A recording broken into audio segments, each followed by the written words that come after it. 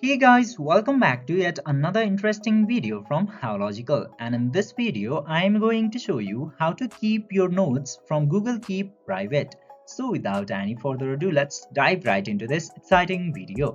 Now, as you all know, there is no passcode protection feature into Google Keep. Now in this condition, there are two options that is available in order to make your notes private into here.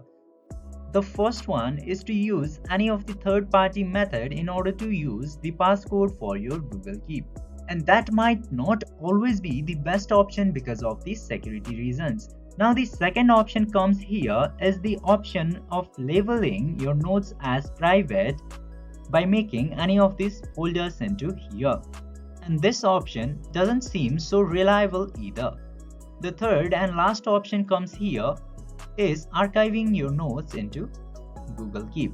In order to do that, just simply tap into this archive button and your notes will be hidden. But in case if someone finds this into archive, they can still see your notes. Now this is all you can do to keep your notes private. I hope this video was helpful for you. If yes, don't forget to like, share and subscribe to the channel to never miss another update. Thank you for watching the video.